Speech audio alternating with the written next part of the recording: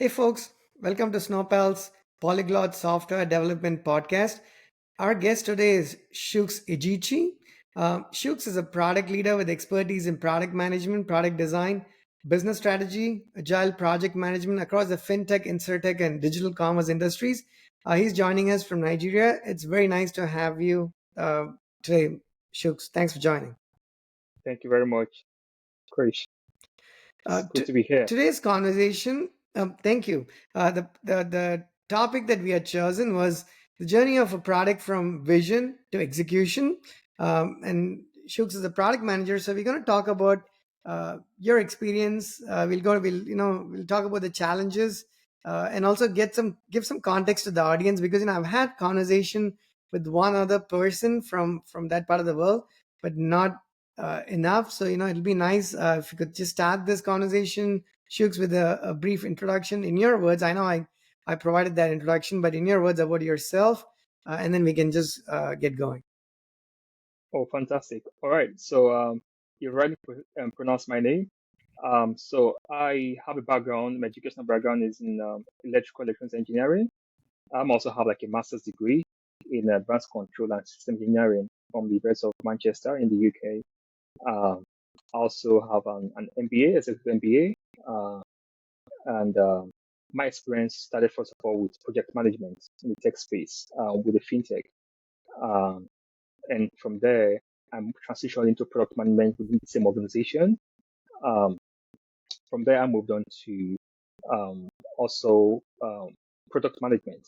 Before into the tech space, I was also involved in business strategy, where I basically honed my skills in having to like craft strategies for different organizations across different industries.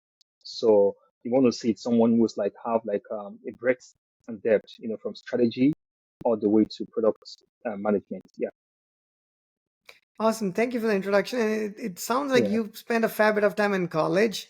Even though it was eons ago, I did the same as well. I spent Oh, little too much in hindsight. I wish I had not spent as much time, but that's really good to know. Somebody else was who's done the same thing as well.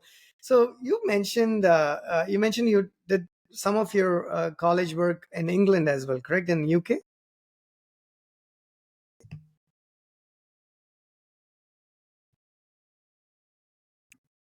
Hey, Shooks.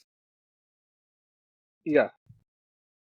Oh, sorry. I don't know. Did I don't know if you lost me there? I was just asking. Uh, you can hear me all right, correct? I can hear you now. Yeah, I lost you for some seconds. Oh, okay. No worries. I was just asking you. You mentioned that you had done one of your graduate degrees in UK. So, did you work in England? Like the reason I ask is, as we get into the notion of product vision to execution, I just want to know, is it experience based out of work that you currently do in Nigeria, or is it work that you started doing in other places and then you moved to Nigeria? I just want to sort of get the ball rolling to understand how some of these decisions that you make when you go from vision to execution, if they've been driven by geographical regions, if that makes sense. Okay. Well, I think my educational journey was more on engineering, so like I mentioned, I did electrical electronics engineering, and so I felt like I want to add some more value in the oil and gas sector, right? And so that was like a motivation. So I moved on to doing my master's in control engineering, which has like applications in the process industry, oil and gas industry, so looking at it, it doesn't have to do with where I'm currently in product management, but yeah, it's more like a I got decision it. to an engineering. Yeah. So, but right now I'm in tech full time right now and not doing engineering as I plan to do. Okay, no worries. Join the club. A lot of us are exactly in the same boat as well. Yeah. So that's good to know. So let's start with the topic is vision to execution, right? So uh, let's start with vision. Like if you could walk us through, let's kick off this conversation by what are some of the challenges that you've run into in the process of actually taking a product from vision to execution. But even before we get into the challenges, if you want to just for somebody who's watching this, who's probably just getting out of college, maybe who's going to become a product manager, what are some of the terms and what does this journey even mean? I mean, what do you mean by going from product vision to execution? What does a journey typically look like, and what are some of the challenges that one might encounter in that journey? Okay. So in moving from vision to strategy, I think you want to look it in this dimension, right? For every organization, there is a business strategy, right? So the organization want to achieve a particular goal. So they've got a vision, right? That's like business vision, a corporate vision. Then they also have like other business goals, and they have like different units. For example, you can have like marketing, you can have like product team, and you can have like the sales team, right? And each of those units can break down the big business vision into like their own team's vision, right? So let me take now to the product area angle now. So a business has like a vision to be a world leader in a particular with a particular product. So that's a global vision. So what would that vision mean for the product team? And that's where we talk about cascading of that business vision or corporate vision into the product vision. So now, and first of all, want to define, like you mentioned, I want to explain to someone who's pretty new out of college, right? What's a vision, right? A vision is basically that big picture, of a direction that you want to go, right? Something that keeps you on your feet that you want to achieve over a period of time. And so that's a vision. Now, so in the product team, what I do basically is to look at what's the corporate vision. Then from there, I can see that what does this mean for the product team? And so I'm going to ask the question, what are we going to build? Right? So I'm going to define the vision. Who are we building for? Right? And why are we doing that? So putting those questions, that's kind of give us the framework to building the product vision. And up from there, we now have to now cascade in that product vision into um, objectives, right? So you want to look at it in this way, like you have like a house, right? So you've got the rooftop and you have like pillars, okay? And you also have like some foundations behind under, right? So now we've talked about the product vision, which was basically cascaded from the organizational vision. Now we're now moving down into like the pillars. So what are the pillars that would support your vision? So in this sense, you're going to be looking at objectives, right? Or goals. What are the big goals you want to achieve, right? For example, um, I want to have a product, for example, that allows people to communicate all around the world, right? That's a vision. So my market is who is every user around the world, right? What is it? A product that allows for communication. And why are we having that? Because people want to communicate to them, to their friends, to their business partners, right? And so with that, I have got my vision. And now, what will basically support me to actualizing this vision, which is I'm talking about now, the big pillars, okay, or your big goals. So from your big goals, you now move into your strategies. Now, someone want to ask, what is strategy for a product person, right? It's just like your business strategy. It's like an action plan that will allow you to achieve your goals. Um, so how the strategy talks about the how. So how would I achieve? How would I move from point No, A actually, to Shugs, point? let me interrupt you there. You mentioned a number of things. Let's go step by step, right? So you All right. mentioned the three questions that you mentioned earlier. What are we building? Who are we building it for? And why are we Okay. doing it? And I'm sure we can add a few That's more questions to that list. So let's say we mhm. start out with these simple enough questions. At least they're simple enough to say it, but I know it's anything but simple to put that into practice. Uh, of these three questions, does it matter which sequence one goes about? Like, do we start with what are we building, or do we start with who are we building it for, or do we start with why are we building? In your mind, are these like questions that are equally important, but would you actually try to address these questions in any which order, or is there an order that you think makes a little bit more sense than something else? Okay. So it's kind of a tricky question in some ways, right? There's a general thing that says start with the why in mind, so why, which Right. is like across industry and everywhere, right? But I want to look at it in a different way. Say, okay, first of all, you have to know that what is it that I want to build? And then you cannot ask yourself, who are this thing going to be for, right? And why? do I need to build it? Of what benefit it's going to be for them, right? So even as you're doing that, you also have your why in mind. So let's keep it industry across industry, okay? So, but yeah, I want to start with, I want to build a food, I want to produce football as a product, right? Right? And who's going to use this product? Kids between the age of 5 and 15, for example, yeah. And why am I building that for that particular market? You know, So that's how I want to approach it when I frame my product vision. Sure. So essentially, we get you identify the core problem that you're starting out to solve, and then you figure Yeah, who are you going to solve that problem for. Why does the problem exist in the first place, and how are you possibly wanting to do it any differently from somebody else who's already doing it at this point of time? So let's go dig deeper into each of those items, right? Because right. one of these Dilbert strips from years ago that I remember is I'm going to sort of go with my recollection of it. You might have seen this as well. A person gets up and he says, I have a fantastic idea.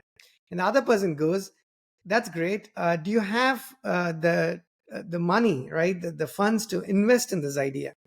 The person goes, not really. I don't have the money to invest in this. And the subsequent question would be, turns out to be, do you have the technical know-how to implement this idea and take it through to execution? And they're like, yeah, not really. I don't have the technical know-how either. And then that strip says, if you have an idea, no matter how fantastic it is, if neither have the money nor the ability to actually see it through, then what you have Yeah, in pure financial terms is nothing, right? Like absolutely nothing. So right. it was very funny, and it still resonates in my mind from like years ago, having read that strip. A lot of people have a lot of ideas. Some ideas are good, some are not so good, and a few of them are brilliant ideas. Now, having done this for a while, I'm sure. Tell me if you agree or disagree. Shooks is a good idea is a starting point, but it's not much more than that, right? If I could Hmm. sort of say that, I don't know if it's exactly the vision, but I just say it's the early stages, right? You have an idea and you want to kind of put that and see how this is going to pan out, get it Yeah. implemented from a software standpoint. Now, many a times, you we tend to bite more than we can chew, and then you realize maybe this is not the way to go about, or you run into a plethora of challenges. Before we get into each of those, I want to get your take, your 2 cents on what are some of the challenges you've run into. What you've said so far makes complete sense, right? You have an idea, you have a vision, you want to go through the steps and take it through, but what are some initial hiccups that one can expect to encounter? And as someone who's done this a bit, what are some of the things that you have encountered when, before you can even hit the ground running, you have an idea, you seem to have that vision, but you somehow cannot seem to go forward. What are some of those hurdles and hiccups that you've experienced? Okay. That's a very good question, and I like the way you kind of put it. What you're basically saying is ideas are not just enough, right? You've got to test feasibility, right? You have the resources, so financial resources. You have the technical capability, right, to be able to like execute those ideas, and with that, you're bringing it to life. So if I jump back onto your question, talking about like what are the kind of challenges that you may face in having to like execute ideas. So within the product space, right? Sometimes people come with, oh, we need to, we have this idea, right? There's this feature that we believe if we add it on our products, users are going to jump on the product and use our products more, right? So you're going to love our products, and that's going to generate some revenue. We're going to grow revenue by 20%, 50%, 100%. Okay, that's an idea, fantastic. Um, but what are the kind of roadblocks that you may have? One of the things are um, you could have resistance, right? So things like internal resistance from stakeholders, like, okay, I do not think that this idea is a great idea. Can we just shelve it? You know, so that's one good block you may have on your way to executing your ideas. Another one is shifting um, markets, right? So currently, a market may be performing in a particular way. There's what's trending, you know, that's basically what's in vogue, and people like are jumping onto it. Now, the point of you having your idea, you may find out that before you want to move into the market has shifted, so shifting market needs can be a roadblock, in executing your ideas. Um, on another thing again, that can also be roadblock. It's resources. What kind of resource? We're talking about resources could be in terms of capital, right? So you have this great idea, and within your team, maybe you don't have all the human resources to be able to bring that idea to life. You don't have all the infrastructure, right, to bring that particular new idea into life. So if those are not available, that can also be a roadblock for you. Um, then you can have human resource issues, right? So great idea, lovely, okay?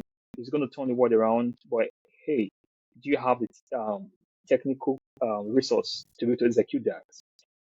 So those kind of things also like can stand in the way of product people or product organizations from executing their idea or bringing their ideas to life. So I think those are some of the things that can be a problem. And I think again, it's there are sometimes we kind of not look at competition. Sometimes what the market is doing, right, can also sometimes be a roadblock, right? So you want to go into, you have an idea, and before you know it, there's someone already doing that idea in the market, you know, even at a better cost than you were thinking, right? Which means that it's lovable, like they will love yours, but in terms of having to make it available for users, it's going to come at a lower price. So those are kind of some things that can stand in our way to executing our ideas. Yeah. Great points, right? So let me dig deep. Let's dig deeper into some of those that you mentioned there. So you have this vision. You mentioned a number of challenges that one would potentially encounter.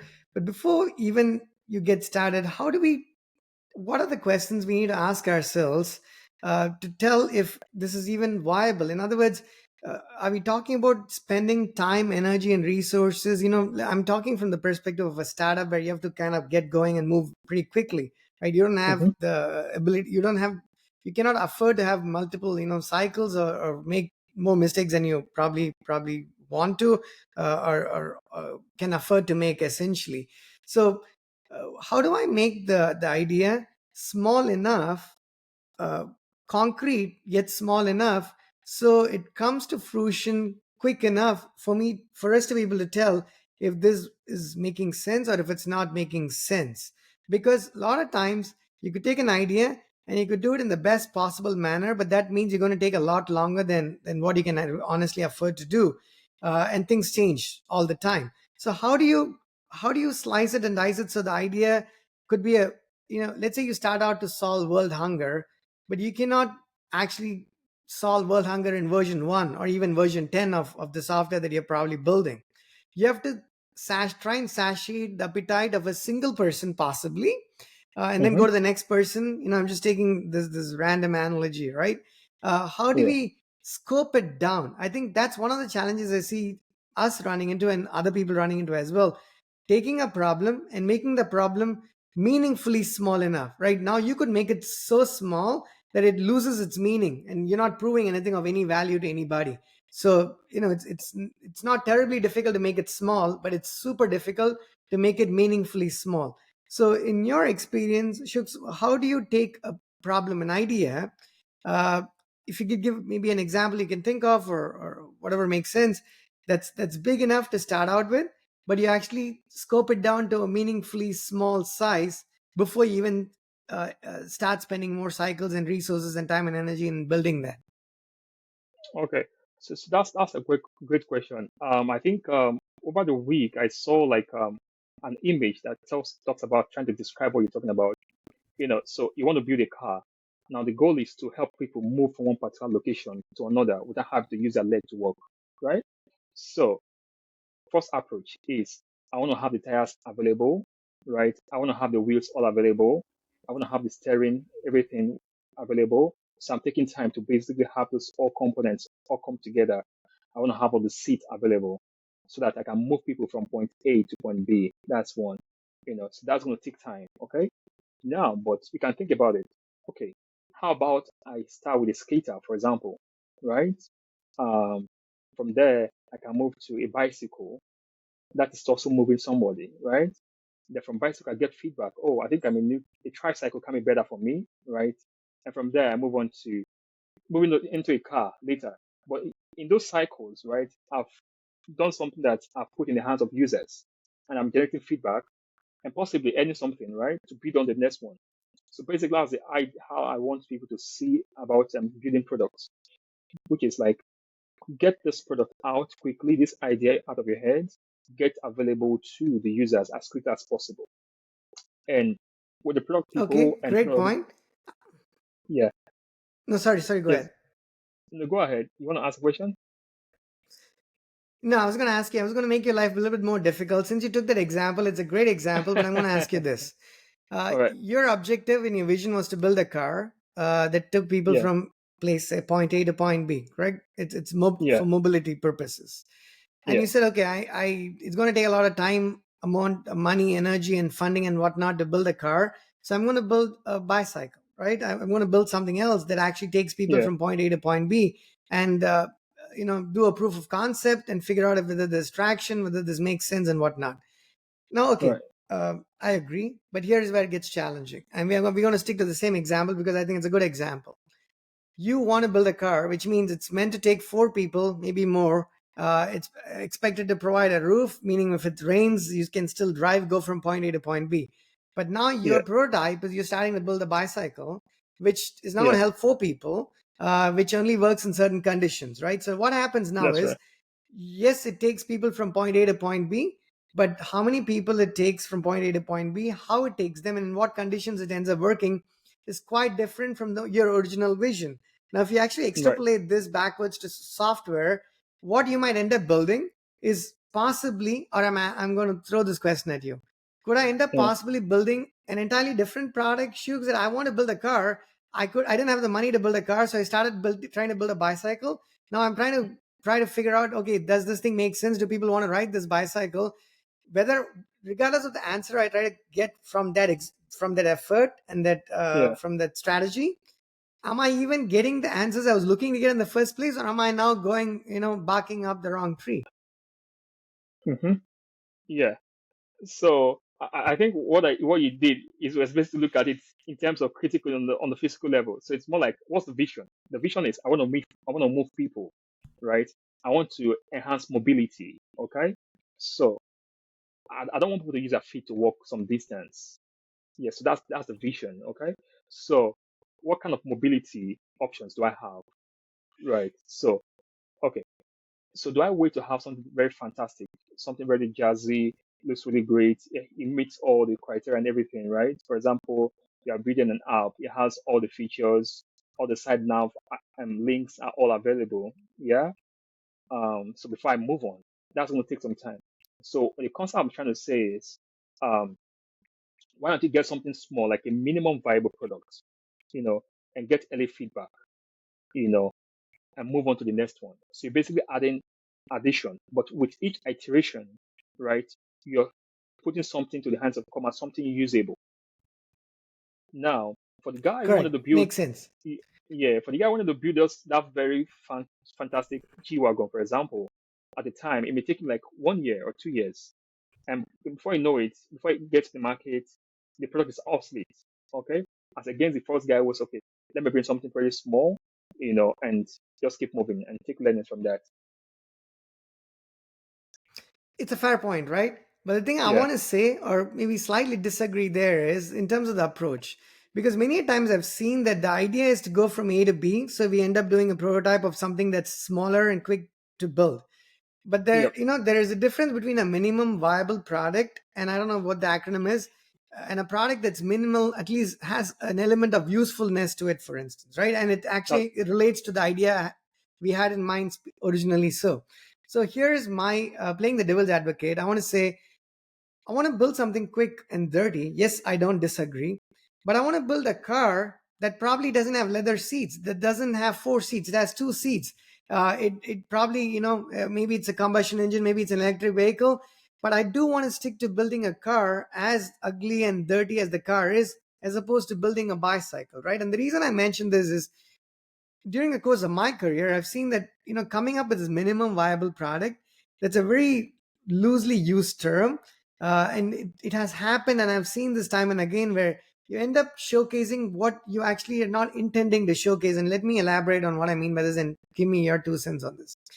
If, let's take a preposterous example. Let's say somebody is going to, raise a ton of money and, have the audacity to build an electric car that competes with Tesla, right? Now, they have to build an electric car. It needs to compete with Tesla, and they know they have very little money to do this. And a lot of companies are trying to do it, and plenty of them are struggling. But Yeah. there are you know there are items you need to focus on to prove that your idea can potentially compete, meaning you have to focus on the electric part of the vehicle, right? What makes your electric vehicle better? Is that the range? Is that your Hmm. acceleration? Is that whatever else that needs to go with it? But sometimes what happens is, I'm going to give this ludicrous example. People take the money, they get funded, they try to build a car, they try to compete with Tesla, right? In this weird example, they're going to build a car. They forget what they're competing against. In other words, rather than proving a point, the smallest point, which is, hey, my car has slightly better acceleration or slightly longer range, they try to Hmm. focus on probably other aspects of the car, which could be, just to make this conversation, you know uh, for whatever weird example I'm coming up with, is, focus on the leather seats, or you focus on the dash, you focus on the sunroof, right, or the panoramic view, or the Hmm. windshields. All of that is great, but does not prove your point, because when you're going to sell this car, that's not your unique selling proposition. You have to pick what your unique selling propositions are, and only focus your energy and time and effort and resources on that. Now tell me if that, first of all, makes sense, and if it does or does not, I want to hear your thoughts on how to avoid mistakes in this example of not building the wrong things in that car to prove your point, as opposed to focusing on the elements that actually, on the facets of your product that actually should make a meaningful difference to whoever it is that you're building this for. Okay. So that's a very good conversation point there. I think if you want to build, first of all, you've got to like what's your unique. You need to ask yourself, what's my unique selling proposition, right? What's going to make me stand out from the major competitors, major players out there, you know? And you want to focus on those, because that's what's going to make you, you know. And that reminds me of something called like product positioning, right? So you want to position your product properly. For example, if you have like a quadrant and said, okay, Tesla, it's expensive. Now it's got these functionalities in terms of energy usage. It's pretty very great at energy usage. Um, Visual appeal is great and fantastic. Okay. What about pricing? It's on the high side. Okay. So how do I position my products, such that people can tilt more, yeah, to my products? And so that should be what you want to focus on as a USP, right, for your products. And so you define that clearly. And again, even as you're defining it clearly, you want to make sure that that unique selling point is something that users are going to love, you know. So, and not just like you mentioned, just a fancy thing that don't make much meaning, right? So does it add value? For example, a car, am I talking about speed? Am I talking about fuel consumption? Am I talking about costs, right? Those big things, right? So that's how we can basically position a product to be more competitive, and so that users can actually love it and use it. So that would be my approach. Yeah. Makes sense. Now, when you work with the engineering team in actually getting this through, now, what are some of the challenges you've actually run into? Because, as a product manager, you have a vision, you have a strategy. You certainly are going to work closely with the engineering teams to communicate the vision and the strategy to those teams. But how you do it depends, right? I mean, you can do it in one of a million different ways. It depends on the team, the product, I mean, the location where the company is located, the culture, and a number of things that come into play. So if you could just speak to the world, the part of the world you live in, for instance, right, Shuks, and walk us through some of the challenges that you encounter when you have a product idea or a vision and you have a strategy and you're working with the engineering team. Like, more specifically, I know so far we've talked higher level examples, and I think a lot of times there's less to disagree when it's at the highest 30,000 foot level. When you put that into Yeah. action and execution is where things tend to fall apart, right? So in your experience, what are some of the the actual challenges that you've run into, right? And then how have you worked your way out of those challenges? Okay. Now, so so if you want to look at it like having to like move from product ideas to execution. Now, one of the things that product manager would do or make available for the engineering team is you want to make sure that the software specification is available, what we call user stories. Okay, it's available for the engineering team to work with. Then again, the design, product design, you know, it's available. So they can see the screens and basically use that screen to basically build out the actual products that you want to have. Now, so what you find out sometimes is that some engineering and product sometimes they have issues, right? And it's like, oh, this user story is not very clear. Okay. So sometimes they have like, oh, um, it's not very clear to me. And because of that, I'm going to take more time. I'm taking more time to do that, you know. So another thing again is um, expectations management. Now, now, so for example, management have said, okay, we're going to build this particular product. We're going to make it available at a particular time, right? And so everybody's going to work with that particular time frame. Um, and now, as a product team, you've created your user stories and you've made design available. And the thing is, okay, let's get to work and make this stuff, this product out for users to use. Sometimes you find out that time becomes a problem. It becomes like suddenly time is no more available for people to like um, get the work out to the users. So that's one problem. Another problem that affects that we can't have with engineers. It's um, areas of um, not having clarity, on what directions in terms of prioritization, right? So, for example, we've got like different user stories, we've got like different features we want to build. Okay, we have the user stories in the sprints. Okay, what's the priority? Yeah. So sometimes you find a situation where like the But Chuks, engineering is team are that, like, oh, let me interrupt you there, uh, right? To me, yeah, it's further down in the equation, right? You'd mentioned user stories, you mentioned engaging teams. All of that makes sense. The sprints and the yeah, ceremonies and whatnot. But is it too early to get to that point? In other words, the one of the other problems is when there needs to be a sense of formality in whatever it is that we're doing, and that as the team grows, as the company becomes bigger, and depending on the type of organization you're working in, there could be an element of bureaucracy, if you will, for lack of a better word. But sometimes creating these stories and doing all of this prep work is too much time spent. And I'll tell you through personal experience. Right now we have a number of products out in production as a company at Snowpal. In our early days, we spent a fair bit of time before we wrote that first line of code in actually doing all of this prep work. And I remember one of the first things I did was I created like 300 tickets on Jira like many years ago, that mapped out every single thing that needed to get done for this product, for the first version of what we want to release. After we mm, did the first two items, we realized things changed quite dramatically. So the other 298 tickets that we had created honestly did not do add much value. So we actually archived wow, those tickets, right, and got rid of them, and then figured we'll have to do this quite differently. And these were early learnings. And this is a team that had worked for a while, built lots of products and solutions out there, APIs, mobile apps, web apps. You mentioned it, and we probably had the experience building it. Despite that, when we started doing it as a company by ourselves, we did make these mistakes. I mean, I would be lying if I said we didn't make those mistakes, right? We still make other mistakes, but at least we try to learn from our previous mistakes. So, how do we remove, tell me if that makes sense, right? There needs to be these user stories, there needs to be that sense of formality, but does it get to a point where there is a little bit too much format? Because we haven't even done the prototype yet. Why am I spending cycles building out these stories and having these sprints and meetings and ceremonies when I don't even have this first alpha version of anything up and running?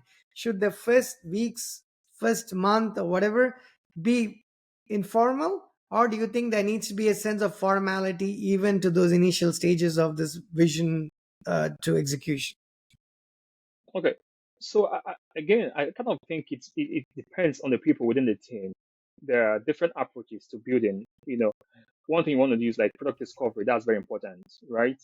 And basically, if you want to deploy the strategy of having to um, using HCD, which is human-centered design, where you're bringing like real actual users all through the life cycle of the products. That can also help you quite a lot.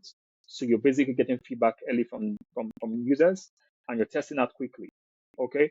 So some person may say that, okay, I don't need to create stories, right? So I get feedback, I create wireframes, and move on to building. Okay. And I test it out, I bring it back to users and say, okay, does this work for you? Okay. So that's one approach. But for me, I think I would want to recommend some level of documentation in some ways, right? So I want to say, okay, we can make it very simple, very small stories or specifications, okay? Because that kind of keeps the designers in check, also keeps the engineers in check, and gives some kind of direction. But the goal is not to spend too much hours, too much effort having to write very laborious or very big user stories and tickets, So with that way, there's kind of some balance, you know. So that would be what I would kind of recommend, in having to build out quickly. Okay, great. So now when you work with your in your current position, right, Shuks, do you what like at the highest level are you building like mobile apps, web apps, APIs? Like what is it that you're currently working on building? So we can talk, for the rest of this podcast, we can talk a little bit more specifically about those items, not the specifics of your item. I'm just saying each the challenges associated with building certain different types of products is going to be quite different. So I want to kind of understand what your focus is. That way we can talk a bit more about that. I mean, are you currently building a mobile app, a web app, an API, or something else? What is it that you're working on building right now? Currently, we're building like a SaaS product, um, web product that basically allows different businesses. It's a B2B product, allows different businesses to use the product for reconciliation. So it's web based. Yeah, Okay, cool. And it's a web based. Does it have a mobile app as well, or is it purely just web based? just web, just web for business. Yeah. Okay. And in terms of let's say the teams, are there two different sets of teams working on the one working on the web interface, the web implementation, and the other working on the APIs, or is it like built or is it the same developers building both sides of this, the front end and the back? Okay, so how we structured basically within our organization is like we've got like three different teams. Okay, so there's a team trying to support the business so that existing customers are happy, right? And there's a team trying to look forward ahead, like what do we need to build so that we're more competitive right there in the market, right? So building out new stuff. Now, for each of those teams, are what we're calling like quads, right? Um, they've got like the front end and the back end team all working together. Okay, so the front end team works collaboratively with the back end engineers in one particular squad, while the other ones also work. The front end and the back end team also work together with the design team, working across the different teams to making sure those screens are available. Yeah, so that's basically the approach that we um, employ in building. Okay. Okay, and then given that there are two different teams, from what I hear, I presume your web pages sometimes get built faster or different times than your backend APIs and endpoints, for instance. So how do Mhm. you manage the proceedings there? In other words, let's take a simple example. I'm the front end developer. I'm building a web page that does X, Y, and Z, and Shuks is the backend engineer who's actually providing the API, whether it's Graph or REST, doesn't matter. You're providing the API slash endpoints. To power this page that I'm working on. But we work at different times. Our schedules are different. In other words, not just actual timing, but I'm just saying in terms of sprints and deliverables and deadlines, we could be working on this at different times altogether.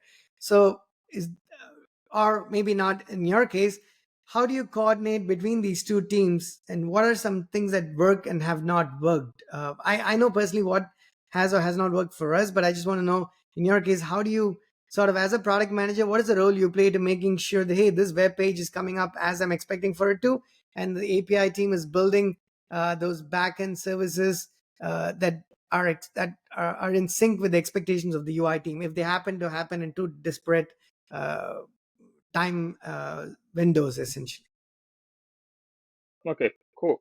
That's a very good question. So I've worked with different teams. I'm just going to tell you across the different organizations, right? What has worked, what doesn't work, and what seemed to work better. Okay. So what I see sometimes is when you have like the front end and the back end engineers working at the same time, right? Using the same sprints, you know. So what happens, because sometimes the front end tend to work pretty faster than the back end engineers, right? So you have a case where like the front end is somehow ready to work, but there's right? no endpoint for them to consume, right?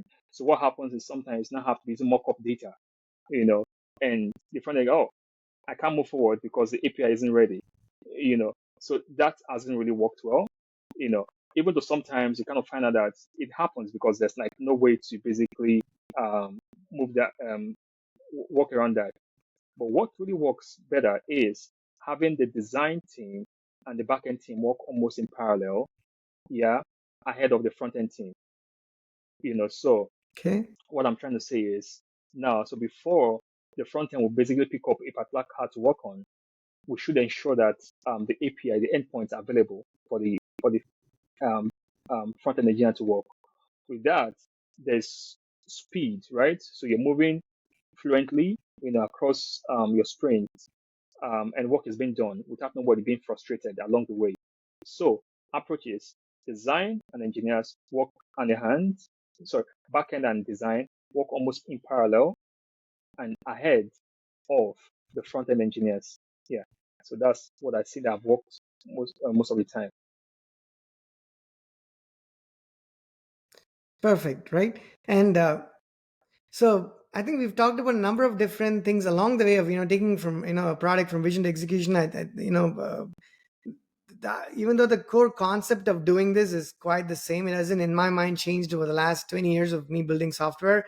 As technologies change, as new folks graduate and come into the workforce, the approach changes quite a bit, right? So even if you're building the exact same product that you built 20 years ago, you'd be doing it very differently today. I'm talking not even in the context of generative AI, but I'm just saying otherwise as well. You're going to have quite a different way of approaching the same problems. And again, Mhm. if you're building it for certain regions, you're going to have certain other challenges. If you're building it for global consumption, you're going to have to understand a number of other things as well. So we touched upon a number of different items. Uh, Before I ask my last set of questions to you, Shuks, like did you have any questions for me? I know a lot of times here I've been asking the questions to facilitate the conversation, but is there something that you would like for me to answer as part of this conversation that we are having? Yeah. So yeah, that's a very good opportunity for me to be on the other side. Yeah. So I want to ask, like, what has been like the issues? Being a very technical person, I understand you're the city of snow compound, right? What has like been the challenges you've had with product people, you know, and how I've been able to navigate those challenges working with product teams. Yeah. Yeah, and you're talking about only challenges we have with the product management team, right? You're not asking about the development team, correct? Yeah. So let's start with the product team first of all, and also with the development, with the developer as well. But we can start with the product team first. Okay, cool. Sure. There's no dearth of challenges, right? Before we started the company and started building our products, Shuks, I'd been building this for many years for companies of all different sizes, right, and in different capacities. So certainly had the experience of building solution. I had plenty of experience in building solutions, but what I did not have was running small teams, a team of 4 people, 6 people, building everything end to end. I actually had no clue what the variety of challenges, the myriad of challenges that we would run into. So it's not just the product team, it's every team that you could possibly mention, but I'll start with the product team. I'll start with the vision. So we start out to solve a certain problem. And we're like, okay, you know what? We need to do this the best possible way. So we spent the initial weeks, several weeks, trying to narrow down the problem, trying to make it meaningful enough to us and the rest of our team, and do it as though we had a lot more money than we actually did have. And we did it as though we had a lot of people, a lot more people than we actually did have in our team. And what I mean by that is, when you work for a large organization and then you start decide to build, run your own startup. I don't know about other people, but this is a challenge I ran into. I try to do things similar to how we would have done it in this larger organization.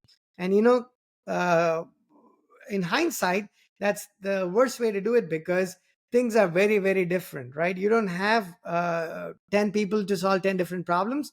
You have like one person sometimes to solve like 15 different problems. So how you approach a problem has to be quite different when you're doing it in the context of a smaller organization. To me, that was the single biggest challenge we had, and we still run into the same type of challenges even today. But at least we are better equipped, having built all of these solutions and having them in production. I think we are slightly better equipped in knowing how to go about addressing those challenges, right? But years ago, that was one of the biggest challenges. How do we take a problem and make it meaningfully small enough so that minimum viable product is small, at the same time it's meaningful as well, so that Hmm. coming to that point in a product, and have working with the product team and the engineering team in making sure all the stakeholders have the same level of understanding and the acceptance as to why we are doing it the way we are doing it, and why it might actually have been different from what we had thought about maybe a day ago or a week ago or a month ago, was probably, and sometimes continues to be, the single biggest challenge from a product management standpoint, if that makes sense. Hmm. Fantastic. And I understand, like you've been you're based out in the US. Uh, is there like impact, geographical impact in terms of how you build with different teams? Oh, absolutely. Great question. So, a lot of us are located in the US, but different parts of the country, right? It's remote essentially. We work with people from different parts of the world as well. So it's as diverse as you can possibly imagine. And the Hmm. diversity in terms of locations and people is has nothing to do with COVID, for instance. We've been this way from get go, right? So uh, I've had conversations with other people with different types of challenges. When you're working with people, let's say in a different country or even in a different part of the same country, for instance, it's important to understand the people, to not just some extent, to a large extent, because we are working with people. I mean, we will start working with machines as it looks like soon enough, but not today, not yet, right? So we're still working with people. So I've seen places where you get started on day one and you're given a task and you're supposed to start executing to it. Sure, it works for some people, but not for everybody.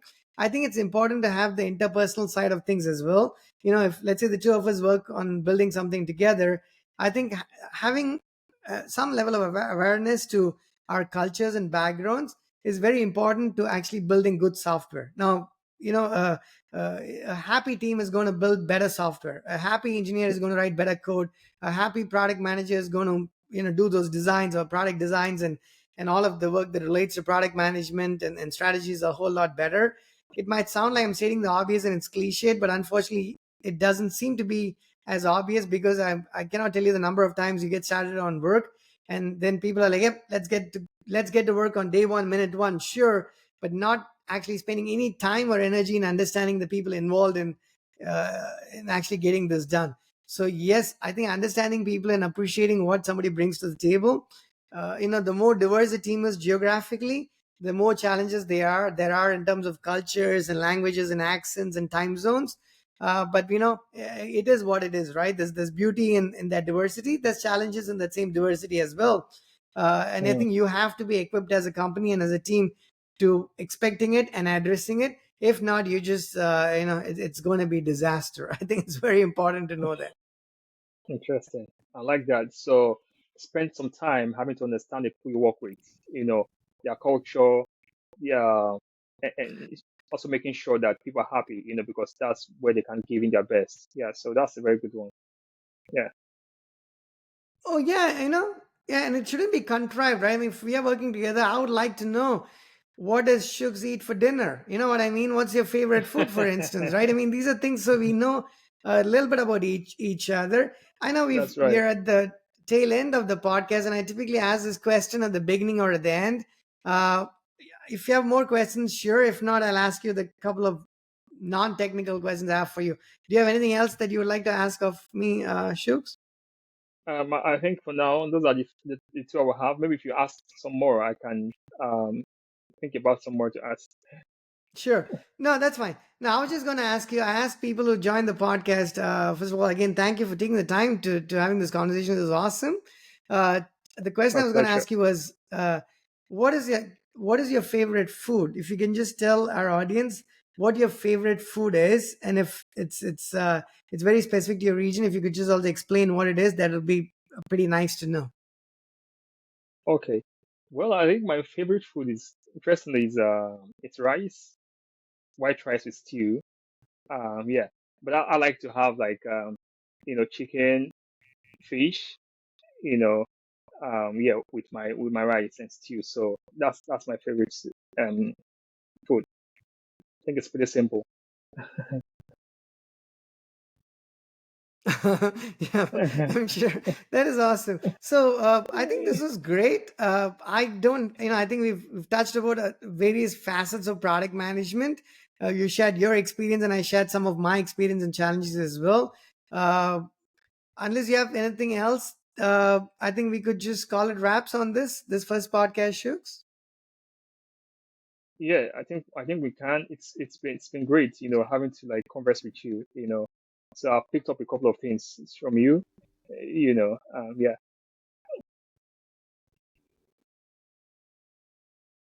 Awesome.